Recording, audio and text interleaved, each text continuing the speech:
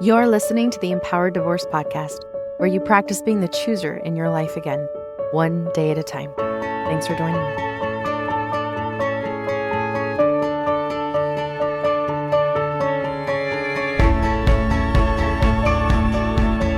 Hello, my amazing, beautiful listeners. How are you doing today? How are you feeling in this moment? What is showing up in your body? What are you doing? What are your hands doing? What are your feet doing? Where are your eyes looking? Just take a moment as you have taken time to push play on this podcast, which I totally thank you for. It is so nice to have you here. But I want to invite you and take this moment because I imagine most of you are having a hard time slowing down. That might find yourself having a hard time taking a look internally, doing that introspective work. So just for a brief moment, notice where you are at. Notice the direction of the sun or the moon. Notice what you are smelling, tasting, seeing, and hearing, which is my voice. Take a moment to wiggle those toes and to thank your body for breathing, for taking breaths without you even telling your body to do so. What a gift. I'm glad you're here. I'm talking about grief today. I've talked about complicated grief and all of the complexities that you might have experienced in the past are all showing up, how this experience is so multifaceted, especially when you have experienced betrayal trauma, abuse, betrayal violence, when you have had the deepest loss, the most tragic loss, the loss of your reality, what you thought you knew, who you thought you knew, who you thought you were in relation to who you thought you knew, all lost. Your future plans, ideas, hopes, dreams, what you might have talked about, shared ideas and thoughts around, gone. Gone in the context of which you thought it would all play out. And here you are navigating divorce, going through divorce, or are divorced, and now you are experiencing post-separation and post-divorce abuse. Holding your head in your hands, shaking your head, wondering, how in the world did I choose this person? Because this person that I am seeing is not the one I chose. A loss of hope for a future, hope that you'll find what real love and healthy relationships look like. A loss of comfort, both external, internal, a loss of this sense of safety in your world, in your environment, with God, with family, with friends, with organizations, not knowing who you are anymore in all of this. So a loss of sense of self, parts of yourself that you thought you loved and that you thought someone else loved. I've offered this tool before, but right out of the gate, what I want to encourage each of you to do who are experiencing grief, who are in the depths of it right now, take time to write out your losses. There is something absolutely healing and powerful as part of your grieving process to get out onto paper and list all of the things and all of the ways that you have experienced loss. This might take time. I think I had an ongoing list for, a year. In that first year, there were so many unexpected losses, unexpected ways that grief showed up. And that is actually part of grief. Grief can unexpectedly surface for you in situations like hearing a song that was significant in your marriage, coming across an old photo, memento, or even witnessing another couple's public display of affection. And you've heard me talk about that before with that gag reflex, because I can totally go back to that time very, very quickly in my mind. It might also arise during milestones of your children's life events, where the absence of the traditional family structure is felt even more acutely. I felt this at church. I felt this at family functions, family gatherings. I felt this when I wasn't invited to family gatherings where there were two friend gatherings. There was this one time when my son was playing his first season of high school ball. This kid has played since age 3, every year, every season. And I was in the score box, high above the field. The lights were on. It was a beautiful night of baseball. And there was my son, our son, on the field. just absolutely killing it. And this is one of those moments that his dad and I had dreamed about, talked about, anticipated what it would feel like if he loved the game like we do and he wanted to play in high school. And here he was. Here's the moment. And he's not in their life. He's not there, certainly not in the way that I had once imagined, right? So in that score box, at an exciting moment, bam, there's grief. It happened again when my son moved into college ball and got a full ride to U of N to play. And then boom, there's the unexpected grief. Or when facing challenges that you would have previously tackled together. I mentioned in episodes before how even though I have an amazing partner that loves my children, supports my children, supports me, I am still alone in parenting. And there are times when I have felt the wave of grief just wash over me as the reality hits that I am feeling the pain that only a parent of their child can feel. Grief can also trigger moments of sadness and sense of loss that might even seem disproportionate to the event itself, but they are deeply tied to the grieving process. Grief is also often hidden underneath other emotions, like the time when I wanted nothing to do with him, disgusted by him, repulsed, out of my life forever, never want to see him again. And then he mentions his girlfriend, boom, grief. And this isn't because I wanted the present day him back.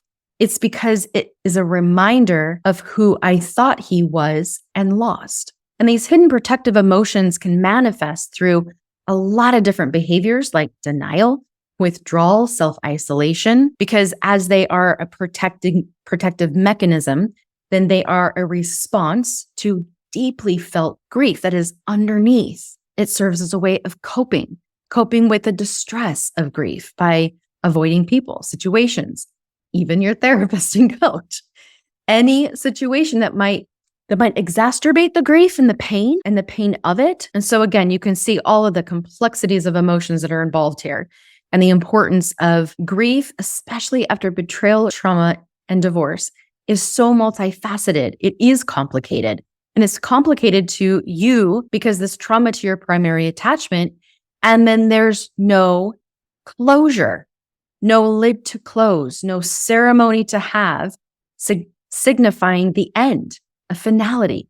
And so it is deeply personal, yet universal. Everyone goes through it, and it is not linear. And yet grief is inevitable. We can't control the losses we experience and or when it visits. But what we can control is how much peace we cultivate, how much joy and delight we give ourselves permission to experience through the ebb and flow of it. Some of you might be scoffing at the thought that I just mentioned, joy through grief. Well, let me share an example.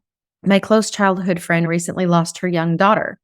Her funeral was beautiful, sad, despairing, heart-wrenching, and unbelievable to the reality even.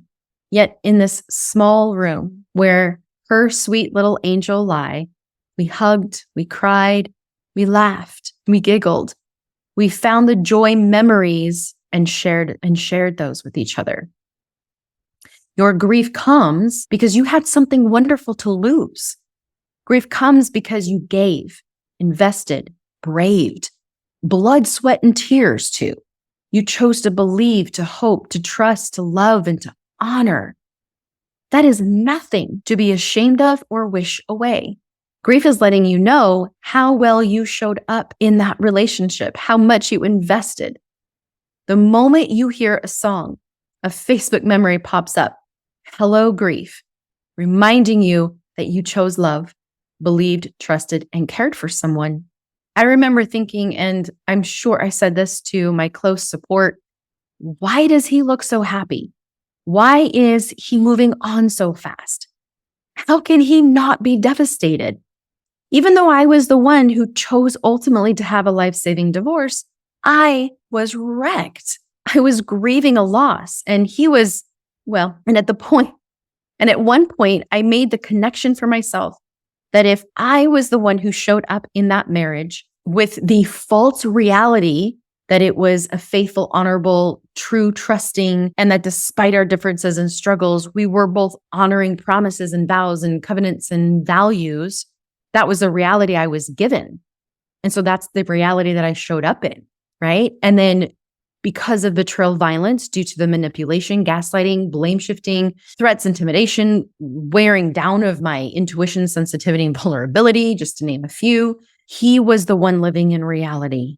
Through all of those behaviors, abusive behaviors and communication, he created my false reality that I was living in, that I was connecting in, that I was believing, trusting, honoring, hoping, planning. The truth is, he was the one living in reality. No wonder he wasn't invested in the reality of what he was choosing to live in. And no wonder I was. The gift of grief. What we tend to do as humans is react to grief. And we can't really react to it if grief is part of the human experience, if it's inevitable, that every human will experience loss. There's no way out of it. So I want to go over a few different ways that I see humans cope with grief and offer an idea that I heard Amie already share around this idea of proactive grief. But we are mostly reacting to grief, reactive coping. And this looks like very much those immediate short-term ways to alleviate pain, the pain of the grief. We seek distractions. We avoid the reminders of the loss. I remember years ago, I had a client who was avoiding the beach, and she had avoided the beach for years because every time she went, not only did she feel that massive insecurity and comparative suffering from her brain and the trauma and the triggers, but grief. And so she was avoiding the beach, which was a place that she loved to go, a place that she had previously enjoyed being at. And she was wondering, when can I go to the beach? When can I actually enjoy the beach again? And I was like, when you stop avoiding it, when you stop avoiding it and actually allow yourself to feel and process the grief, that might mean going to the beach and allowing yourself to feel it, because reactive coping is suppressing these emotions. And so while these might offer that temporary relief, and there are times when it is absolutely necessary, times where we need a little bit of extra cushion around us, a little bubble, if you will, protective bubble. And so we don't go to these certain places when it's so deep and raw in those moments. But again, it's not addressing the underlying grief. And the longer you keep doing these immediate short-term ways to alleviate it, you're actually delaying the healing process of it, which I know none of you want. Reactive grief is also when we're just trying all the things to get to the other side. I'm going to talk a little bit more about what that might look like in a minute, but all of that is not useful. It is not possible. And it's not even preparing you for what's on the other side of grief. I hear a lot of people say, tell me what to do? I just need to get on the other side of this. I just need to be rid of this and get over this grief experience. But when we're moving through it to get rid of it, be rid of it, it doesn't prepare you for the resilience on the other side. You're missing the deeper understanding of yourself, renewed strength, and the ability to find joy in the journey of it and the journey forward, living again, creating. Rather, you're going to hinder your personal growth, and you may not even be able to see the outcome on the other side because there won't be one. So how do we keep our heads above water when it comes to the difficulties that we experience as humans in grief? And we cope in many ways, right? Many ways that can be helpful and some ways that aren't necessarily sustainable. Some of those ways might look like the emotional-based coping. This is going to involve managing those emotional fallouts of grief, managing the emotional fallouts of grief. This might look like journaling to process those feelings, seeking the therapy work, doing somatic work like brain spotting, working through those complex emotions, or engaging in meditation, mindfulness, really to stay present despite the pain. This is that soothing the wound way of coping. Then we have situational coping. This is when you realize that your environment is no longer supporting your safety, healing, growth, and ability to even feel. So you cope by changing your environment to support your healing process and the goals that you have in it. This might mean just redecorating or changing your living space a little bit. It might reflect on a new beginning and what that looks like. Maybe moving to literally a new location for that fresh start. changing your routine, breaking away from the past and starting to create new memories. So you can change your internal world and you can change your external world. Then there's the maladaptive coping. And these are very temporary fixes as well, but ultimately they do not support the long-term healing. They include things that are more self-destructive when we talk about these maladaptive coping mechanisms. So drinking, overeating, or engaging in risky behaviors, numbing out pain. The key word here is temporary, and the result will ultimately be even more pain and hurt. Then there's this idea of proactive coping, where you are preparing yourself mentally and emotionally for the anticipated grief, like showing up to your child's graduation and knowing the other parent is going to be there and watching your child have this monumental experience in their life, and you're sitting on complete opposite ends of the gym. Proactive coping is not only having maybe your trauma kit there with all of the things to keep you in the present moment, but scheduling some time after that ceremony to grieve, to feel, to cry, and then proactively planning a way to replenish. Maybe that's ending the night with a good book, movie, or a bath. Proactive coping involves maybe setting personal boundaries. If I know I'm going into this situation, I know it's going to trigger loss and I'm going to feel grief, then I'm going to keep personal boundaries. If I know I'm going somewhere where he will be with his new partner, I'm going to prepare for the grief that will come when I see them together. I'll create maybe personal boundaries for myself. And then again, what will I do after that moment, after that experience? How will I make space for the grief? And then how will I restore myself to balance? I hear this one a lot. I was at church, I was hearing the sermon or a lesson, and they started talking about families and they started talking about partners, husband and wife. I had to get up and leave because I was overcome by such a wave of grief. What would proactive coping with grief look like in those situations? If you know that your church fundamentally believes in families and they will speak of it, then prepare for it rather than ignoring the possibility of it actually happening. What will you do when you feel the grief? How will you acknowledge it? What will you tell it? And then plan that restorative experience, like a walk, a massage, a phone call to a safe friend. I love my baths to restore the balance and the well-being within you. We can be proactive in the walk with grief, in the sit with grief, and hold grief close. Being proactive to heal with it so that you're not reacting, but responding. What this does is soften the impact of it, right? It doesn't make it as heavy, doesn't make it as shocking. It doesn't make you freeze. Notice I use words that indicate a trauma response. What you're doing is you're preparing so that when you feel the grief, you're feeling it in that window of tolerance. You're feeling it as you're in the present, rather than having the grief throw you back to the past or create such intense fear of the future. Proactive coping with grief is knowing that you will slow down because depression is there to show you how. It's letting go of the overfunctioning and the high intensity because sadness is begging you to pay attention. It's visiting a rage room with anger because it wants you to know of the injustice, the cruelty, the audacity, the unbelievable, the insane.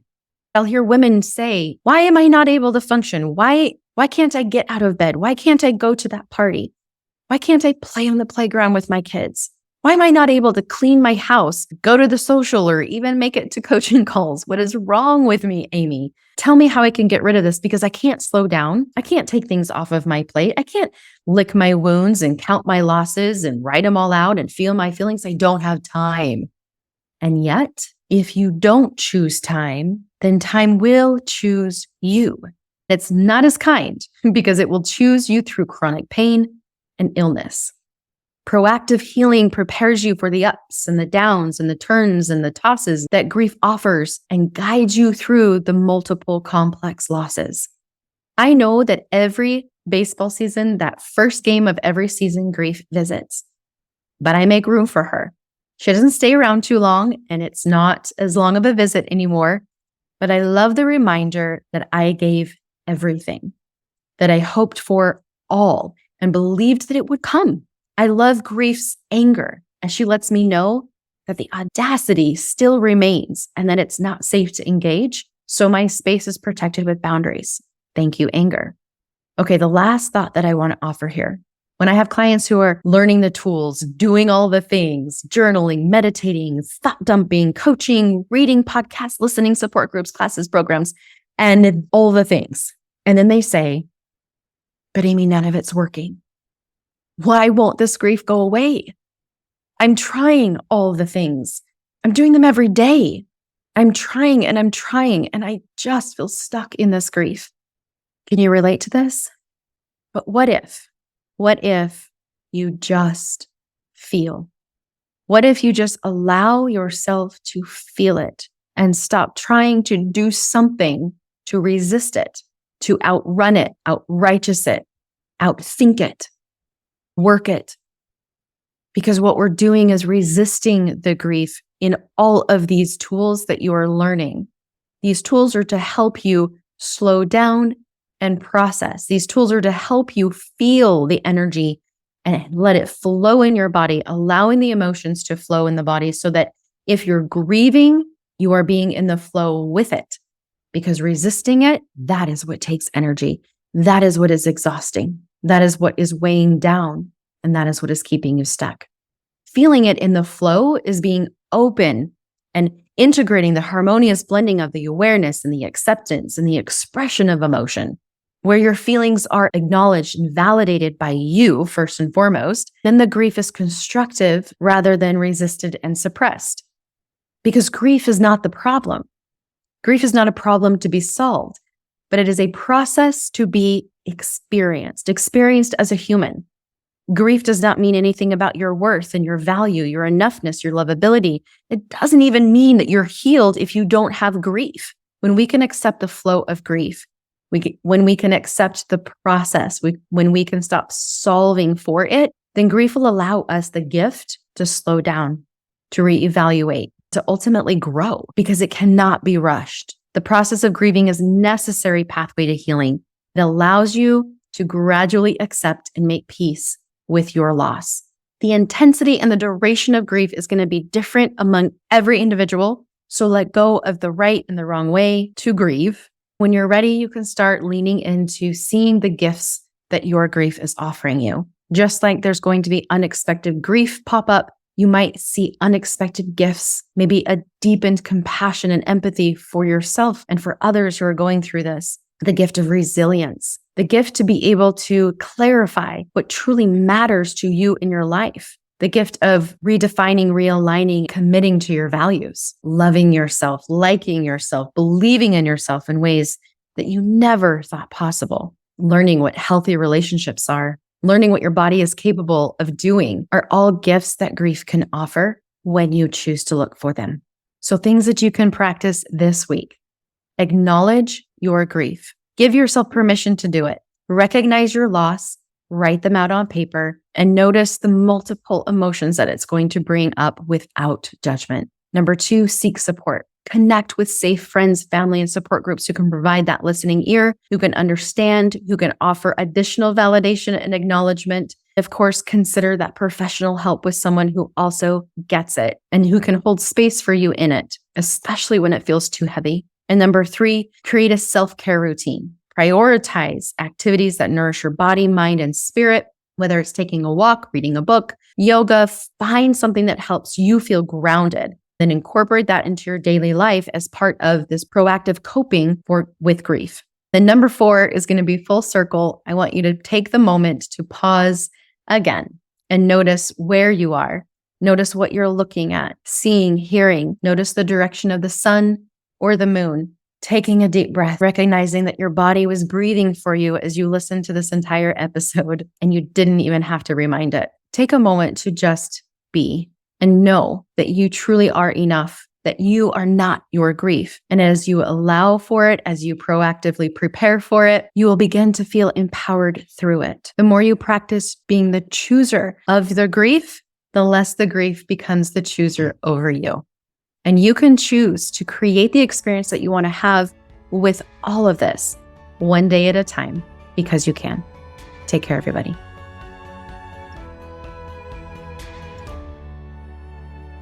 One way that I love to help my clients assess their readiness to lean back into another relationship is through my Dating Within workshop. It's jam-packed with psychoeducation and opportunities to really dive into more awareness as to how you are showing up, how you're showing up with you, how you're showing up in relationships with other people, how you're showing up in the world, what energy you're bringing to your everyday life, and what energy you might be bringing to the idea of dating. The next workshop is March 28th through 30th. It is educational, it is informative, it is fun, and I believe it is a perfect way to help prepare you for that next chapter in your life when you're ready.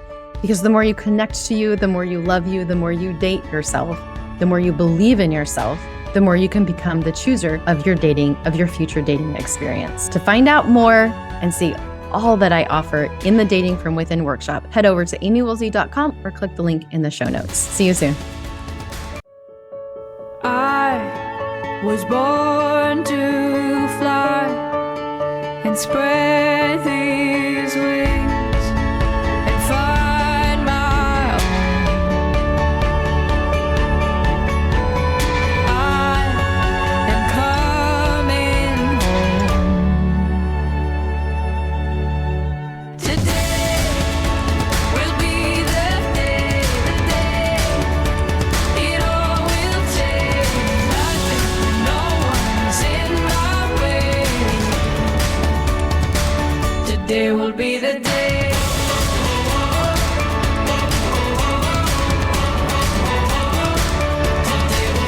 day.